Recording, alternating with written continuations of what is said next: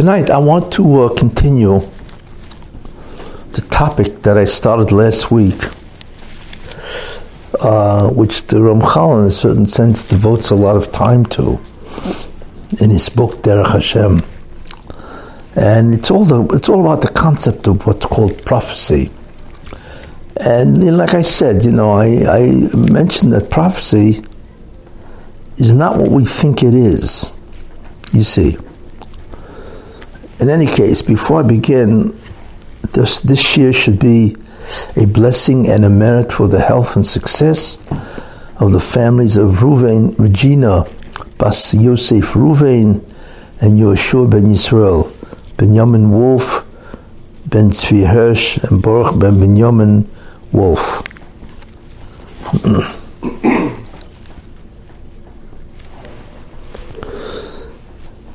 And what he does, the Ramchal, is he goes into the area or the topic of the composition, the structure of man.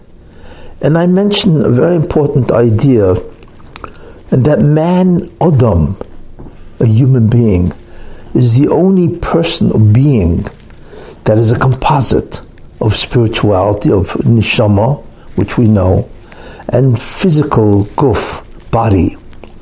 There is nothing in creation that can equal that type of composition. So that puts man and gives him specific assets or specific abilities, capacities that he has as a result. And that's what the Rebbe Shem wants. He could have made him purely physical, like an animal, except as I think I mentioned, a person would have had a guf, right? And he would also have what's called a nefesh tachtoino, an animal soul, which is physical, by the way. The Ramchal says that the nefesh tachtoino, that's what it's called, the lower soul, is purely physical, very subtle, purely physical, and it resides in the blood. That's why it says ki adam hu hanefesh, and so on. And all a person's faculties, which is interesting, his ability to remember, memory, imagination, reasoning, you see, his entire ability to function with a body really comes from the nefesh tachtoina, not from the neshama, which is interesting, you see. And obviously, as I mentioned, there are a tremendous amount of variations in this nefesh tachtoina, because an insect, a fly, for instance, right, also has a nefesh tachtoina, because that is the life force that animates the physical. Because the question is, what animates the body? Why does it move? What makes life life? It's a very big question. Nobody really knows, and so on. What animates it? What moves it? Why do cells move? There's 100 trillion cells, and they're all moving. They're all doing things. Why? Why aren't they just a bunch of chemicals, right? And they don't do anything. They are chemical reactions. But that's not what we see in the human body. The human body is much more than just chemical reactions. It's a living, moving force that nobody understands. And that force goes on for, 90 years? It doesn't stop. Why doesn't it stop? You see, why doesn't it reach a certain level of chemical reactions and then stop? That's it. The answer to that, according to Judaism, because it has a nefesh tachtoino. It has some type of a force, a life force. That's what it's called, a lower soul. That is incredibly subtle, but it's physical. Like I said, it resides in the body. So all living creatures have this force, except obviously there's a tremendous difference in the quality of this force. The life force, or the nefesh tachtoina of a fly, obviously is vastly inferior, to the nefesh tachtoina of, let's say, an elephant. and so on. Even though they're both incredibly complex creatures. And the life force of a human is obviously almost infinitely greater than the force of a fly. But they're both physical. Maybe someday science will discover it. But right now, that's what it is. Now, as I had mentioned, this is not to be confused with the real neshama. That's called the nefesh elyono, the uppermost soul, you see. And only man has a neshama as well as a nefesh tachtona, a lower soul, and the body. You see, that nefesh elyono is not what we imagine, you see, because all the faculties of a person is from the nefesh tachtona, from the lower soul. It's not really from the nefesh elyono. So what is the nefesh elyono? So the nefesh elyono is a conduit to the spheres. It is some type of entity that connects to the spheres, you see, and therefore it makes man spiritual, you see. So that's really who he is. And that has been encapsulated by the nefesh tachtona, which is now connected, of course, to the body. In any case, so we see, therefore, that this is basically the composition or the structure of a person. Now, as a result of that, a human being has access to the spiritual world because part of him is spiritual. So he clearly has access to all the different spiritual domains because of this. If he was only physical, he would be the same thing in the sense of, without imagination, his reasoning ability, he wouldn't be different. See, that's what's interesting about him. Even without an neshama elyono, an upper soul, he would still be a human, you see, and you'd never know the difference. In fact, he doesn't even know the difference. The fact that he has this, you see, but he would be a human being that is capable of all the faculties of a human, right? But he would not be spiritual at all. And therefore, he would have absolutely no relationship with anything spiritual. That's why the Moshe gave him, I mentioned last week, that spiritual dimension of what he is, so he can now connect to a whole different reality. You want to call it a parallel universe. You know, the scientists talk about parallel universes, whatever, This is truly a parallel universe, in that sense and so on, So it's important to understand that a man would be a man, a woman would be a woman, without a neshama. He would just be, his nefesh tachtona would be incredibly sophisticated. That's all. So God does not have to make a human spiritual in order for it to be human. That's a very interesting concept, which I would imagine that most people are not aware of. In any case, okay. Now, so therefore, since he is spiritual, he can be dovok, he can be attached or connected to spiritual entities, especially the Ribono Shel Olam. That's the incredible advantage of being also spiritual. But the problem is that since he's physical, right, and he's connected to the physical universe, his ability of dvekus, of attachment to God, right, is very limited.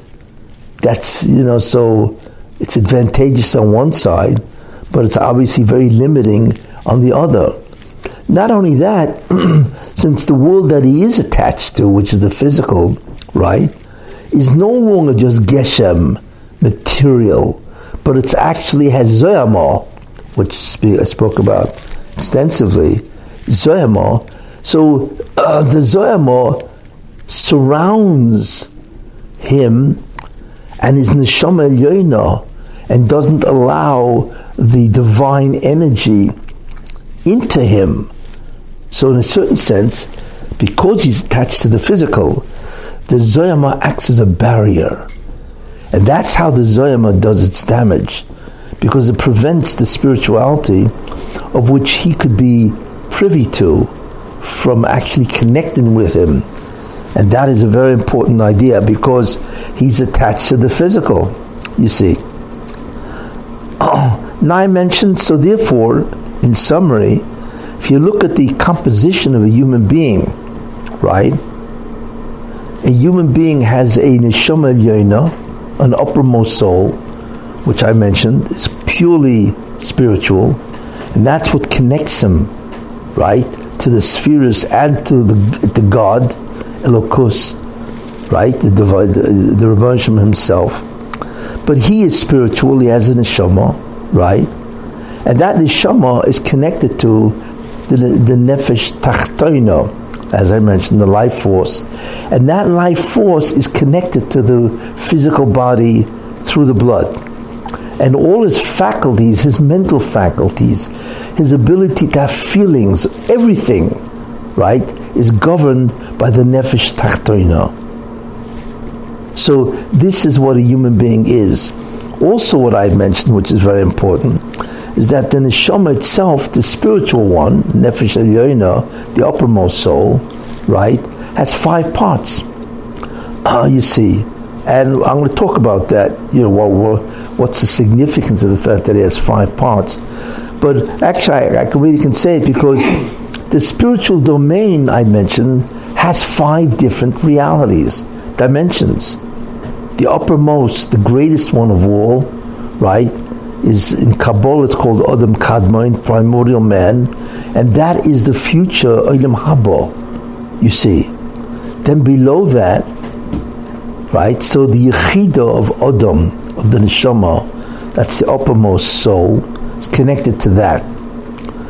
The second one is Bria, is Atzilus, I should say, which is the world of divine image. That is the world that the Rebbe Shem presents himself to the Bria. The world of the Shechin and so on is Bria. And a person is connected to the Bria, right, through what's called Chaya. Then there's the Yetzira, okay, and Adam is connected to the world of Yetzira, which is really the world of angels, right, and that he's connected to the concept of I think I'm skipping one. You have Adam Kadmon, which is Chaya, not Chaya, Yechida, skipped. You have the Adam Kadmon, which is Olam Haba, and his part is called Yechida, that's connected.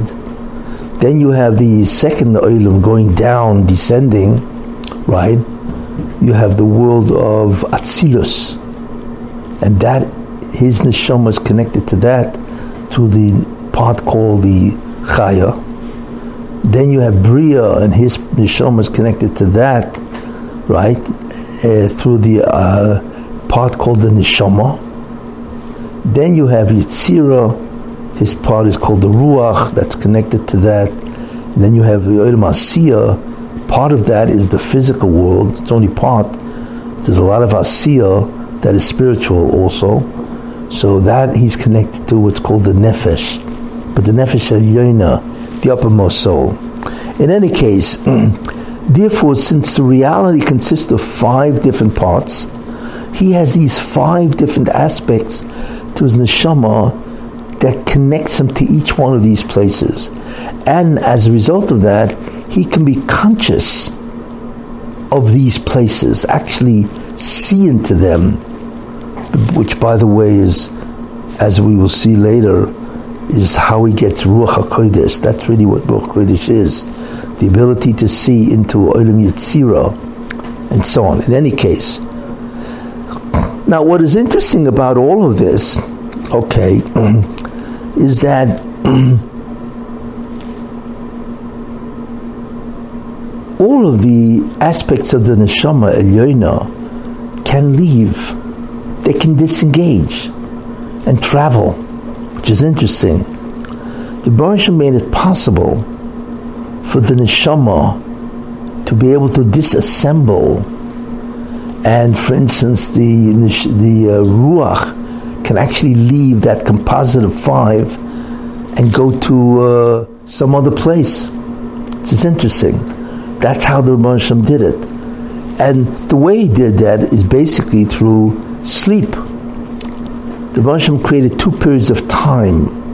One is the daytime, where a person is active, and then the Rebbe Shem created nighttime, where he can sleep in order to refresh himself, right? To renew himself, to be able to be active during the day. That's why you basically have these 2 parts. Apparently the Rebbe Shem knew that a person has to be able to turn off. He cannot be active 24 hours a day. Probably because the stress, the tension, the anxiety, let's say, is too great to suffer it for 24 hours without a stop. So the Rebbe Shem created the concept of night, so a person can sleep and rest. You see.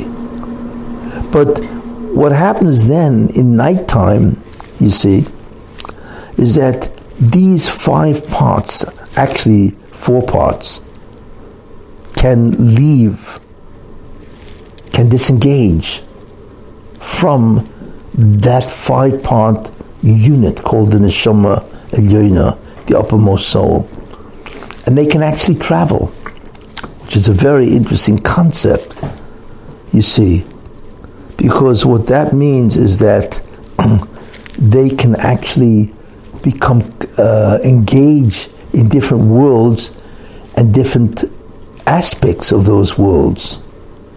And that introduces us, in a certain sense, you see, to the concept of dreams, and what the meaning of many times what dreams really are, you see.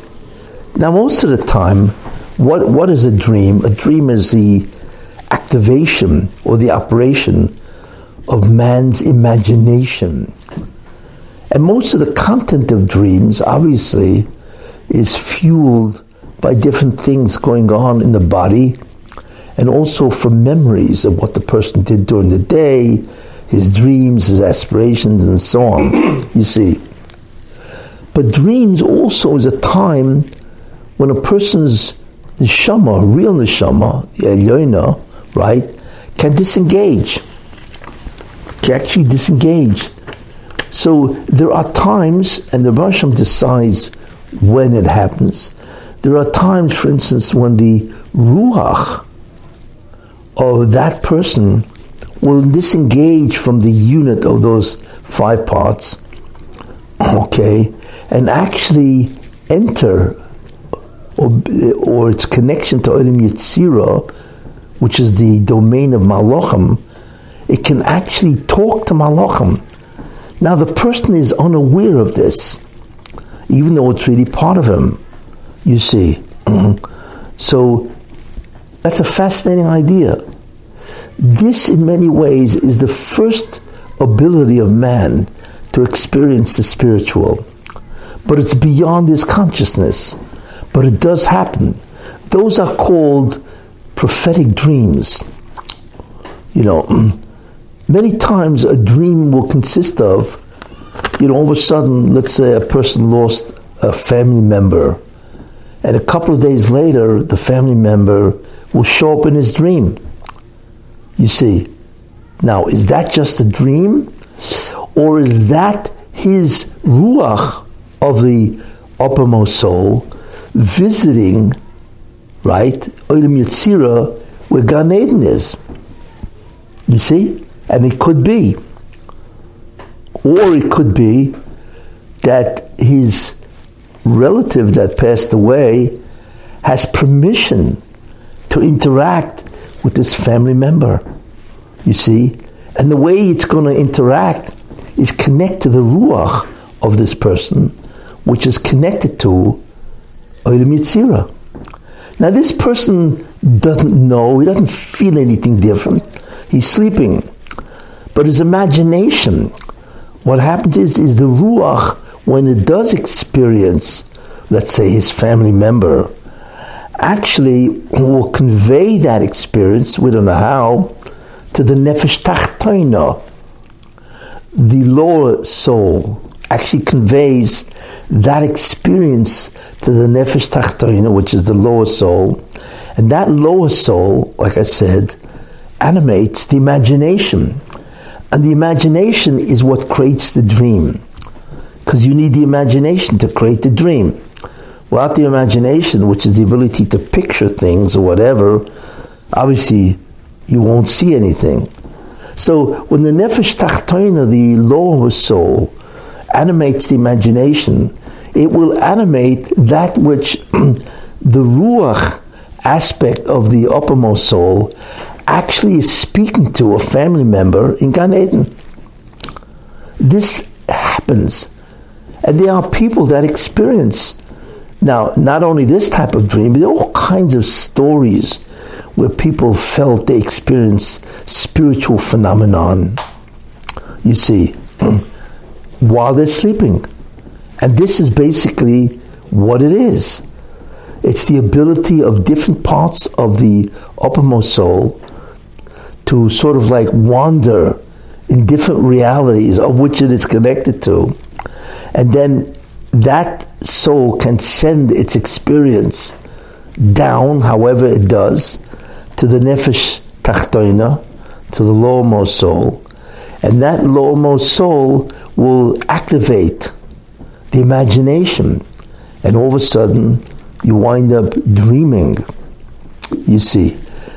Now, many times the Baruch Hashem does that. Not to everybody, but now we don't know why, but the Baruch Hashem wants to use this, you see, this ability of a person to be able to interact with spiritual domains for whatever purpose he has in mind. Sometimes he even reveals the future to the person through this medium. So this is really a medium, a way that the Baruch Hashem actually will connect with and contact a person. It is called a prophetic dream. It's one of the ways, actually, that a person can experience, if you want to call it prophecy, today. Right. Reb Chaim Vital in the Shari Kedusha mentions that today, even though there's no real prophecy, which I will explain later, and there's no real Ruach HaKodesh, divine inspiration, there is none today. The Ruach HaKodesh that sometimes you go to a tzaddik and he's able to tell you something, right, that he couldn't possibly know, and it happens or comes through, isn't the real Ruach HaKodesh. It's a very low form of divine inspiration, you see, because the real Ruach HaKodesh is a whole different experience. In other words, and that, by the way, many people experience. All of a sudden, you're thinking, and all of a sudden, you're hit with a thought, a knowledge, fact, that somehow you know to be true. You don't know why you got hit with it. You don't even know where it came from. You see? Many times, you have just experienced Ruach HaKodesh. Right? That's what it is. It is an inspiration whereby you know things, and you don't know why you know them. You don't know from where. You don't even know why they happened then. You see? And all of a sudden, many times it can come true. You know, you can call it a premonition. Maybe that's the fancy word for it. You know, it's a premonition. But really, that premonition is the type of Ruach HaKodesh that can be experienced today. You see? So that's a second idea, but that can happen when you're awake. I'm talking now about a prophetic dream that happens only when you're sleeping. You see, and I'm explaining how it happens. You see. So this is really one of the ways, since a man is connected to different realities, this is one of the ways he can actually experience, right, information. Now, you should know one thing. The information that you experience can come from different sources. This prophetic dream information, which people do have, can come from different sources. That's also very interesting. it can come, if it's ruach, it'll come from Olam Yetzirah, so it can come from a malach. It can actually come from an angel telling you stuff that it is able to do because it's been commanded by the Rebbeinu Shalom, and so on. But what's also interesting is if your ruach connects to Olam Asiyah, where there are what's called shadim, whatever you want to call them, they call it in English demons. But they're really interesting kind of entities that the Rebbeinu Shalom created in the twilight of right before Shabbos, on the first day of, on the sixth day of creation, whatever. And they could tell you information, because you're connecting with them, because in many ways they are spiritual, you see. And sometimes that information is false, you see, which is interesting. So a person can actually be privy to false information. So that's also very interesting.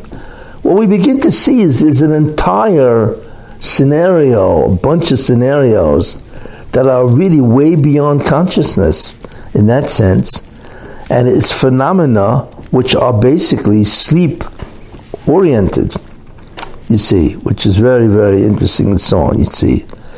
And by the way, the Chazal say that sleep is 1/60th of death, and we now understand why. Because when a person goes to sleep, 4 parts of him leave. The Yechida, right? The Chaya, the Neshama, and the Ruach. All 4 of them leave. But what remains in the body is the Nefesh Tachtoina, the lower soul, right? And also the Nefesh Elyoina of the Nefesh. In other words, the Nefesh of the Nefesh Elyoina. Those 2 things remain. If they were to leave, you'd be dead. That's the difference between sleep and death. In sleep, in death, everything leaves. All 5 parts of the neshama, plus the nefesh tachtoina, that leaves also. So that's the life force, and therefore the person's dead. The only thing obviously that remains is the guf, is the body, which is then buried. You see. But even the body which is buried has, the Chazal say, it has a bone that cannot be destroyed. It's called Havla de Garmi, you see. And from that bone, or whatever it is, the body is resurrected. It's Tchias HaMesim. Now, in the old days, how in the world can you resurrect a human body from some type of bone? But today it's no big deal. We know every cell has the DNA of the entire body. So theoretically, all you need is 1 cell of a person, and if it's intact and complete, you can actually resurrect the entire body. In fact, if you think about it, isn't that the way a person is born? Right? He's conceived, right? There's a sperm cell that enters an egg, right? So it's 2 cells, becomes 1 cell, and from that 1 cell, right, the fetus and so on, right, you have an entire human being in 9 months. It's exactly what happens, you see. So apparently what happens is the body retains its ability when the time of Tchias HaMesim will happen, obviously, to reproduce again from 1 cell. Well, it needs a cell from which to reproduce. So apparently, right, this cell from the what retains and so on, you're right, is how the person is Tchias HaMesim. There's an argument, where is this bone located? Is it the last bone of the spine, right? Or is it the uppermost bone? It's an argument, right? But whatever it is, there is an aspect of the body that the Rebbeinu made sure is indestructible. And it is from that situation that a person is resurrected, Tchias HaMesim. And that is, the body is resurrected. And then that body, once it's resurrected from that cell, right, obviously it's not going to take 9 months, it's going to go much quicker and so on. but that's the material from which it can be resurrected and so on, you see. And then that is reunited with its neshama. Remember, because everything left. All you have is the guf in the ground. Now all of a sudden the guf is resurrected, but it's empty. So all of a sudden it's nefesh tachtoina, its lower soul, and it's nefesh elyoina, the real neshama, all reconnect. And lo and behold, tchias hamesim, you have the person that gets up, at a certain stage, right before he died, and then his body begins to change and so on, you see. So that's the difference between death and sleep. How many parts leave? So like I said, in death, all the parts leave, right? In death. But in sleep, only 4 parts leave, you see. And they are capable of reconnecting or connecting with different realities in which they can actually connect with different entities. And that can give a person prophetic dreams. It's very interesting. One of the very fascinating events that this happened is by Adam Harishon. When Adam Harishon, right, you had the Nachash, the snake, convinced Chava to eat from the tree. You see. Now Adam Harishon, he had the same composition, right? The only thing he did not have was the Zoyama, but he had Geshem, of which we don't really know what that is, because he was a physical being, but it's not the same physicality as us. We don't realize what Zoyama does to the physical, because it introduced deterioration, decomposition of the physical body, which completely changed the physics of the physical world, you see. So that's what happened. Now we don't know what that means. That means if you remove the Zoyama, which by the way is what happens in Tchias HaMesim, what do you look like? We don't really know. Because Zoyama is a fundamental, essential aspect of the physical body. But the interesting thing is Adam Rishon before the sin had no Zoyama. So he was physical, but not the same way that we are. In any case, so when Chava presented to him the fruit, whatever it was, if you eat it, you'll become like God, and so on, which is of course, the whole story, Adam Harishon took let's assume it was an apple. Some people say it was an apple, right? And he was about to bite into the apple, right? And as soon as he would bite into the apple, that would be a defiance of God, right? All you need is one bite. All you need is the beginning of the bite, and you violated God. Immediately, the consequence of that, right, would be where you are now subject to the Zoyama, because that's how it enters. There's no waiting period. That's what would happen. So what's interesting is right before he bit into the apple, let's say 5 seconds before, right? His neshama, what happened to him? Now Adam Rishon has a neshama, same thing, right? He has the neshama, the uppermost soul. He has the nefesh tachtoina, right? A lowermost soul, and he has whatever physical body he had, right? So he's got the same thing. And he's got, his neshama is also 5 parts. But what is interesting about Adam is he is all mankind. He had the totality of every neshama that existed. And it was also all him. So you can imagine what he was. I mean, he was so incredible in stature that the Malachim thought he was God. And they started singing Shira to him, until God apprised them, obviously he's not, and so on, But we cannot imagine his stature before the sin. You see. So, and he's the composite of all mankind. It means everybody's neshama was an Adam, right? And later, after the sin, it split into whatever, hundreds of millions of pieces and so on, and each one got a consciousness, whatever. But we all have a chelik of Adam in us. In any case, so right before he's about to bite into the apple, his yechida, which is the uppermost part of the neshama elyoina, the uppermost soul, left.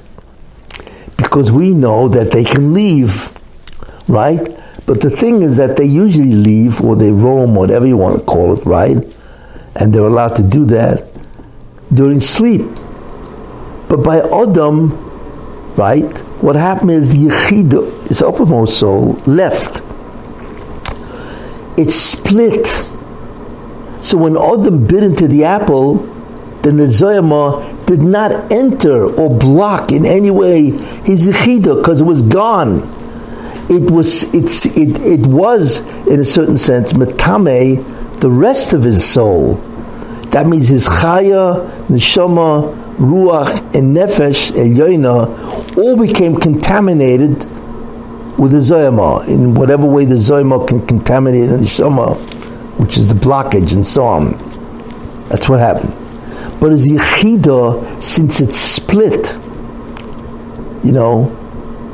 right before he ate from the tree, right, it was never contaminated by the zoyama. Therefore, what comes out, which is really, when you think about it, it's fascinating and so on, that the neshama is the only thing, the yechida of his neshama is the only thing in creation that was never contaminated with the zoyama. Amazing when you think about that. Now, why is that so significant? I'll tell you why. Because that yechida is the yechida of the Mashiach. That's why. In order to bring the redemption to the world, which means in order to destroy the Zoyama and to change the whole world, it can only be done apparently with a neshama or some aspect of the neshama, right, that is not contaminated with the Zoyama. So the Yechid of Adam Arishon, what happens is it's split. The Yechid of Adam Rishon splits, so one half goes on top of the Mashiach ben Yosef. That's his crown. In fact, that is called the Nishmas Mashiach. That's what makes you a Mashiach. If you have the Yechida, even if it's half, of Adam Arishon, right, then you are the Mashiach. You see, that's basically called the Nishmas Mashiach, and that is the crown of the Mashiach. And it's interesting because it's a crown that has never been contaminated, you see, at all. The other half, because I said it's split, is the crown of Mashiach ben David, you see. And that's what makes him Mashiach. It's those two crowns, or it's the Yechid of Adam Arishon that make the Mashiachin the Mashiach. Without those two, they are not Mashiach. You see. Now why? What does it mean? Because what is the Yechida? Remember, everything starts off with God, Ein Sof. The Ein Sof gives rise, however it does, to the 10 spheres. You see. So the Ein Sof is connected in some way to the 10 spheres. But those 10 spheres, right, give rise to a Zulosoi, an other, which is what? Which is the Neshama. But which aspect of the Neshama? Yechida. That's what the Yechida is. That's why the Yechida, I mentioned that the Nefesh resides in the liver, right? The Ruach in the heart, the Neshama in the brain, and the Chaya encircles the body like an aura, but it's still in certain ways connected to the body. But the Yechida is not in any way connected to the body. Why? Because it is that aspect of your neshama that connects you directly through the spheres into the Ein Sof. That's the connecting link, Yechida. So therefore, the Yechida of Adam Harishon, the first man, is the totality of all the Yechidas of the human race. So it comes out that the Mashiach ben Yosef has the Yechida of the entire human race. Now you begin to understand where his greatness lies and how he's able to achieve it.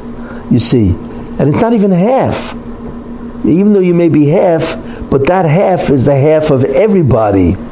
You see, so it comes out that the Yechida of who? Of the Mashiach ben Yosef is the Yechida, the collective Yechida of all humans. Then you begin to understand why he can do what he can do. Why he's so great, you see. And that's Mashiach ben Yosef, you know. And remember, it's not contaminated. It was never contaminated. So therefore it can deal, right, with Geshem without Zoyama. Because it doesn't have the limitation of having been contaminated, you see. And even if the contamination is removed, it's a weakness, you see. And that's the Mashiach ben Yosef. Mashiach ben David, the same thing. He's got the Yechida of everybody, even if it only be the half.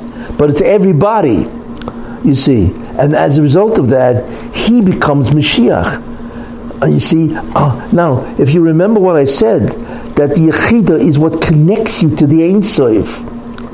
You see, each aspect of the Neshama is connected to each other, you see, but it's like a chain, where each aspect of a person goes up, you see.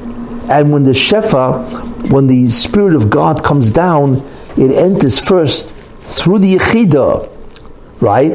And then into the Chaya, into the Shama, into the Ruach, into the Nefesh Tachtoina. That's how God descends, or his energy descends. It's like a ladder, you see, and so on. But it all connects to, but the Shekhinah connects to what? To the Yechida of your Neshama. But where is that, basically? You see, it's by the Mashiachim. And so it comes out that each one of these people has a crown of all mankind. You see, and they're the ones who bring down the Ein Sof, right, into the universe. And as a result of that, we all are connected to the Yechida of Adam Harishon, or the Yechida of the Mashiachim. Now, it can only do that because the Yechida was able to leave, like I said. It's got that ability. You see, all of them have that ability. And that's what happens in sleep. But the Yechida took advantage of that, obviously, and it left before it would become contaminated. It's a very interesting concept of what happened by Adam Harishon, you see, and so on. Any case, so this is what it means to do what? This is what it means to have a connection that man has, which is unusual. You know, half of him is connected to the earth, is rooted to the earth, right? While he sleeps, his body is here, his life force, Nefesh Tachtoina, is here, right? And his Nefesh Elyoina, only the Nefesh part, is also here. So therefore man is always connected to the spiritual. Because even in sleep, the Nefesh Elyoina does not leave. But the other four parts leave. And like I say, they go on wherever they have to go, and the Rasham, you know, sends them where he sends them, and so on. And that gives mankind the ability, ultimately speaking, to what? To connect with the spiritual realities. Look, what can you say? Man is a very unusual creature. This is not any physical being, other entity, I don't care what it is, you know. it could be the most sophisticated animal. They say a porpoise, dolphins are the smartest of all fish, and also killer whales. Very bright. I hate to use the word, bright in that sense, but they're very intelligent and so on, killer whales and dolphins, And in terms of animals, you also have intelligent apes and so on, chimpanzees and all that. Also, for what they are, it's almost like they can reason. Whatever. In any case, but none of them. But that's all because of the nefesh. The tachtoina, their life force. That's how sophisticated a life force can be. But none of them are spiritual. And therefore none of them can have any spiritual connection whatsoever with the universe of spiritual entities, which is really fascinating. So we have to appreciate what we are. When you think about that, that's what we are. How do we treat each other so bad? You need to think about this, what it means, there's hundreds, scientists estimate there could be 100 million species of animals, insects, plants, whatever, right? Okay, they're all physical. But if we realize what an Adam is, and you know what that's called ultimately? Tselem Elokim. If man is in the image of God, how do we treat each other so badly? Why are we always looking at wars? What is wrong with us? Us being the human race. What is wrong with the human race? It's just incredible to look at this. Man can be great or he can be vile. Why are people so vile? When you look around the world is filled with evil and so on. Why? If a human being, and I'm not just talking about Jews, I'm talking about Goyim also. Because even a Goy has a nefesh elyoina. God let them have nefesh elyoina. He could have taken it away, which is interesting. Finally, which I once gave a whole shir about, and that's what defines a Goy. The problem with a Goy, a non-Jew, is that he only has a nefesh. He does not have the chaya or yechido or the neshama or the ruach. 4 parts. Well, actually, he does have that, but all is part of the nefesh. What does that mean? For instance, each of the 5 parts itself are divided into 5 parts. So therefore, the lowest part, called the nefesh, has a yechida, a chaya, a ruach, a neshama, a ruach, and a nefesh. In other words, the nefesh itself has subdivided into 5 parts. So a guy does have a ruach, but it's the ruach of the nefesh. This is the problem. Only a Jew has the first 4 parts, irrespective of the nefesh elyoina, the bottommost part of the neshama and so on, right? And that's why a Jew, that is what gives him the ability to connect, right, and to change the spheres. That's how a Jew can do the tikkun. He can only do the tikkun because he's connected to all aspects of reality through the 5 parts of his neshama, right? That's why he can do the tikkun. He can rectify everything. That's what makes a Jew a Jew. You see, when the God decided to take away that ability from mankind by Goyim and only leave it with Jews, and this was at the time of the Dor HaFlaga, right? The generation of Babel, when they tried to defy God and war with God. But he did leave the Goy with the nefesh elyoina, but only the nefesh, the 5th part, you see. So therefore Goy is not connected to the other worlds. If he's not connected, then even through his acts he cannot do tikkun to any of the upper worlds. Only a Jew can do the tikkun because he's got that connection. But a Goy cannot do that. He cannot because he's not connected to any of the aspects of the upper worlds. You see, he's only connected to Olam Asiyah, this world. Now that itself, but he's still spiritual, because he does have the nefesh. He can't do tikkun, but what he can do is, in a certain sense, do a tikkun to olam hasiyah, because he's connected here. But that means he can only affect himself. He cannot affect creation, because creation is the totality of all 5 worlds, you see. But he can, in a certain sense, improve, because he is connected to olam hasiyah.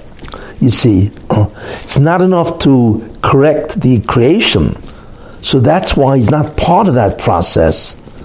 But he is, no question, a spiritual being. And that is why it says in the Tana Develio that he can get prophecy, because he has 5 parts of the nefesh. So in that sense, he's got not all, but he's got a major aspect of the equipment it takes to have prophecy, you see. So Goyim have no excuse. Well, I'm not like the Jews, so I can do what I want. No, because you can be a Navi. Bilam was a Goy, he was a Navi. And then there have been many in the Nevi'im that were Goyim, you see, because a Goy is spiritual. As such, he's infinitely greater than any animal. It's not like some guy's got I got a divine soul, and therefore I'm a little better than an animal. You don't understand. What is the difference between a flea and a human? That's the difference between somebody who has any nefesh elyoina and somebody who only has a nefesh tachtoina. We don't realize the gulf that separates us. It's not just something else. You can't even put them on the same page, the type of being you are, because you have a divine soul, even if you don't have all of the divine souls. You see, very important idea. No goy should ever think, right, that he's inferior to an animal, or he is an animal. God forbid. You see, a goy can achieve incredible greatness because of that nefesh. That itself will allow you to become a different species. The difference between a human and a flea. You see, a Jew, however, can achieve, in a certain sense, much greater. Why? Because he's got all 5 parts of the neshama. So his ability to achieve that is incredible. Now, a goy, if he becomes Jewish, gets all 4 parts. You see? That's what happens. If a goy decides to become a Jew, then he will get the other 4 parts. The real parts. Yechida, the Chaya, the Neshama, and the Ruach. And he becomes the equal of a Jew. That's why you had many Gerim that were Tanoim, that were Mamash Tanoim. It's incredible, Didn't make a difference that they were a Ger. And Rabbi Akiva's grandfather, Rabbi Akiva ben Yosef, or maybe even his father, they were Gerim, right? And Rabbi Akiva is among the greatest sages who ever lived. Can you imagine what he was? And either his father, I don't recall, or his grandfather were Gerim, were proselytes. And then you have Shemai ve'Avtalya and so on. They were Zugais. They were among the pairs and so on, you see. And if he decides to become Jewish, then he becomes the equal of a Jew, because he now has the full complement of what? Of the Neshama Elyoina, you see. So we now understand very well, I hope, the consequence of having a Neshama and what it can do for you and what it does, you see, and how this enables a person to achieve incredible ruchnius. But like I said, it's incredible how humans treat each other, because based on what I'm saying, all humans are unbelievably great, and we don't realize their stature. And when you take a look at what the world does, I mean, like somebody once said, I once heard, how can a person speak Lashon Hara against another person? Do you have any idea who you're speaking Lashon Hara about? You're speaking Lashon Hara about a person that in many ways is part of the divine. So what are you doing? Or how do you harm a person? How do you damage a person? How do you make war? You know? I mean, when you begin to think about who they are damaging and destroying, can you begin to understand what God will do to these individuals that have treated mankind that way? You don't. You have no understanding of the retribution that God will do to these.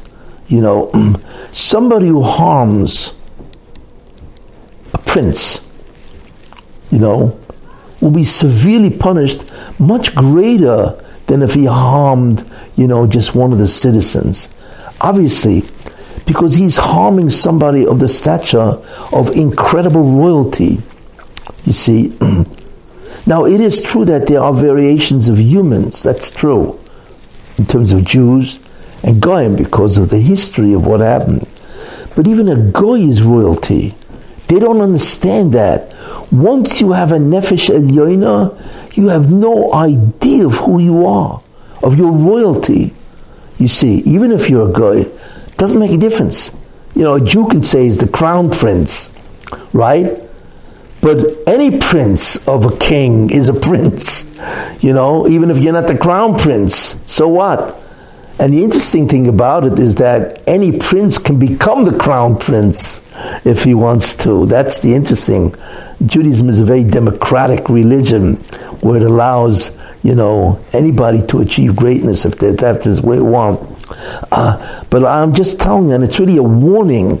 People have no concept of what God is going to do to them because of who they harmed. The greatness of the human neshama, whether it be Jew or Goy, you know, and if it's a Jew, it's much worse because he's preventing the creation from having what's called its tikkun, because you're denying one of the people that can do the tikkun, you see. So this is a warning to all those people, all those dictators, all those communists, you see, all those evil criminals. And it's not only to that. People don't understand what God is going to do. God will punish evil no matter how far it is from the actual event. People don't understand that. You see, if you are a congressman or the mayor of a city and you fail to protect the people in the city, so you could say, well, what do you want from me? So God says, excuse me, it was your responsibility to do something. Therefore, in the causal chain of why somebody got killed, you are part of that chain, even if you're remotely part of the chain. But God doesn't, you know, so you're not going to get as punished, whatever that means, as the other guy who did it. That's true. But you have no idea. You will be included in the causal chain. It's astounding. People do not fear God. They have no idea what's going to happen to them. Because once they've assumed the responsibility, or once they are part of the chain of evil, they have no idea what God is going to do to them. You see, and God doesn't take bribes like Biden and his family. He's not open to that. You see. And one thing you see, how bad will it be? And I point to the Haftarah of Parshat Nitzavim, the end of Torah, right? And that, by the way, was the Haftarah of 9/11, where God, the vision, Yeshayahu sees a vision of God, right? And the vision of God is he's riding on a horse, and his clothing are splattered red with blood. So obviously Yeshaya is very nervous, because that means dinam, judgment is about to come. That's the time of judgment. So he says to God, like, excuse me, like, you know, what's happening? So God says, no. Why am I splattered with blood? Because I've just crushed Edom Edom, Esav, right? I've just crushed him, and the crushing was so fine that his blood spurted up onto my clothing. That's what God says. So you say to yourself, what? What did Edom do to deserve such a description of punishment? It's incredible. Just to use that imagery of punishment, where God said, his blood splattered on my clothing because I just crushed him. How much? Like a wine dealer, right, who steps on the grapes to get the juice out of the grape. He crushes the grapes and it splatters with wine. That's what God says. I just did that to Edom. So you begin to ask yourself, wait a minute, that's incredible. What did Edom do to deserve this? You're looking at the imagery of the worst kind of pain and suffering and punishment. But the truth is, that's what they deserve. Now, we don't know what they did. Well, obviously what they did is, you take a look at Edom and Rome and what these guys all did and so on. But you realize this is what's going to happen. Not now, not yet. But when God finally does decide to exact justice, this is what he's going to do. You see, so how could Edom or any country or nation, right, not shake in their boots in terms of what's going to happen to them? You see, think about that. What is the ultimate future? Is that what you want to be done to you? And why is that? Because it's two reasons. It's not only what you did, which is terrible. You've caused people to die, to be punished, to be suffer, right? To be poor or incredible misery. But you've done it to beings that are divine. You have no idea who you did this to. And that's what you deserve. I'll tell you one thing, anybody who reads the Haftarah of Nitzavim has to shake in his boots. Fear of what's going to happen. Because God is going to undo every aspect of evil, and that's what din is, that's what justice is. You must undo any aspect of evil that you contributed to. You must undo. No matter how far you are away from the actual event of evil. You see, I tell you one thing, all these politicians, all these people that do evil, these dictators, these people who are into themselves and so on, if they realize what's going to happen, I think they'd all have a heart attack, you see. So it's worthwhile just thinking about that. In any case, we now understand the composite to a great extent of what the neshama is and what it goes through, and we also see some of what's very interesting, the first phenomena of prophecy is a prophetic dream, why it works, how it works, and so on. And I will continue next week, God willing.